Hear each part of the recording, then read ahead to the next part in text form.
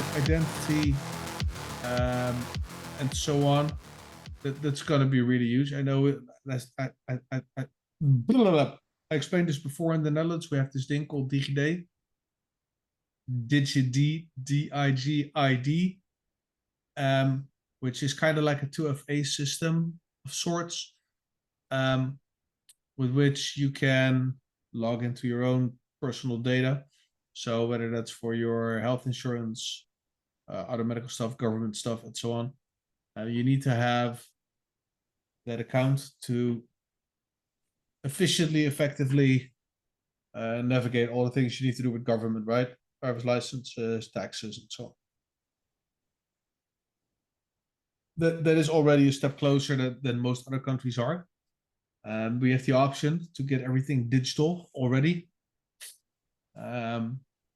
All your mail and all this stuff. I very rarely get any tax or government stuff in the mail anymore. But yeah, we need to take further steps with this, right? And I believe FC is a step towards that. Quant is also in there, right? Together with Inadba and all the other people. SATP around the corner, right? We're still talking LacChain. LacChain is still a thing. Confirmed a couple of weeks ago. I don't know in what way. Maybe Tim remembers. But there were people like, yeah, LacChain. No, LacChain is over because we haven't heard from it for a long time.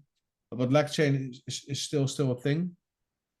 It's still a thing, right? It's also something Gilbert mentioned. Right. In the sense that we actually have a dashboard in the form of the LacChain dashboard. The only thing that really got out of sight is the digital dollar. There was this promise made by Gilbert that in 2023, I believe, we would be getting the digital, the Latin American dollar, not the digital dollar. Yeah. And we haven't really heard from it ever since. Yeah, that's correct. Yeah, that's a little bit odd. But that probably also hinges on stuff with digital ID and self-sovereign identity and all those things, because they still want to leapfrog there, right? Mm-hmm. But yeah, that's the thing. What they're also going to probably look into with the joining forces for blockchain standardization, which is pretty cool. Especially that Luke and Chiriak will be there. Riley and Chiriak, that's first name.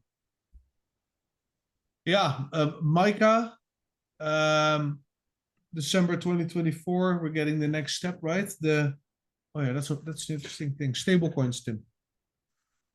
Stablecoin. Let me share my screen. So we have MiCa and TFR. And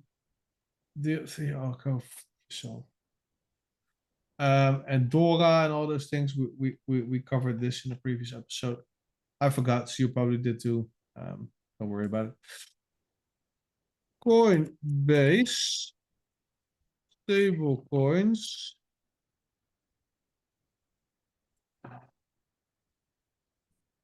$2024. Oh, here. This is what I want.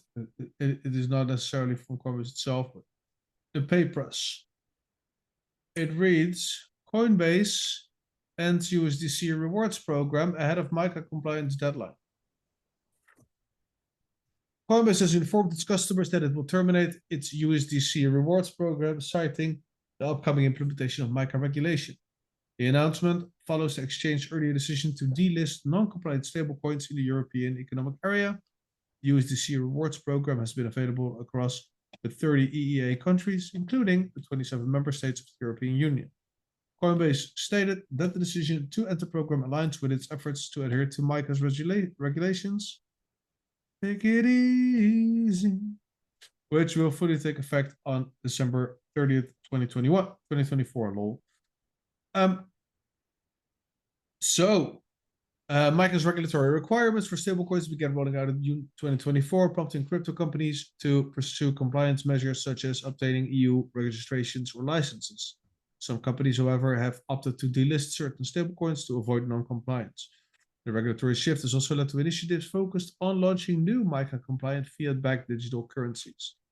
Tether, the issuer of USDT, which is the largest stablecoin by market capitalization at the time of writing, recently announced it will end support for Tether Euro, a euro-backed stablecoin. Tether cited the absence of a risk-averse framework as the primary reason for this move. Despite discontinuing EURT, Tether is investing in Qantas payments for MiCa, a firm developing MiCa-compliant stablecoins such as EURQ and USDQ. These latest developments highlight how stablecoin issuers and exchanges are adjusting to the evolving regulatory landscape in Europe, aiming to ensure their offerings remain viable under MiCa guidelines. So, there's a bunch of coins that are no longer available on Coinbase from December 15 onwards. Let me see which they were, because it is all of them except for USDC. So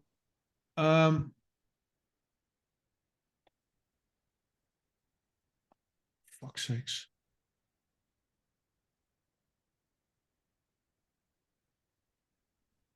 I am looking to find the names of those because Tether can't be used anymore. BNB USD BUSD. That's it. Yeah, that one is also delisted. Yeah, there's a ton. Oh, you can't get to Bloomberg because I'm poor. Jesus. I completely missed this. I mean, I've seen some regulatory changes, but I'm not really familiar with stablecoins in the sense that I don't really know what's going on with the stablecoins regulations. And whenever a stablecoin gets delisted, there's always an alternative. Yeah. So, sure, I'm aware that there is a regulatory background to what's going on, but how that exactly works, I don't know. Yeah. It's, I can't find a specific article anymore. But yeah, if you hold stable coins on Coinbase, they will all be converted to USDC or EURC. Even if it's Tether or something else, so you need to get that out of there. Make sure to try and check their official announcements. And if you're from Europe or from the US, be worried that there's a good chance that all the other regulated European exchanges will also drop the support for those tokens, right? Thinking of Kraken, CoinMetro, Bitfavo, BYBIT powered by Satos, our sponsor of this show. Use our link in the description to help us out. And you get some extras if you use our link. So that's really good. So make sure you act accordingly, because it would be very annoying if you don't want to be in USDC. And yeah, and if you get caught up in a regulatory trap. Yeah. So, but expect more of those things to become significant. And so the same goes for staking, right? A lot of people stay in stables instead of euros because it's a taxable event if you convert. Plus, sometimes you get a nice little staking fee. You need to do your homework again if you're on Coinbase or other regulated, exchanges. Because they'll likely stop providing you with a yield on that. But to be honest, right, we're in the middle of fucking banana zone monkey market. So being in stables right now might not be the best idea. As usual, not financial advice.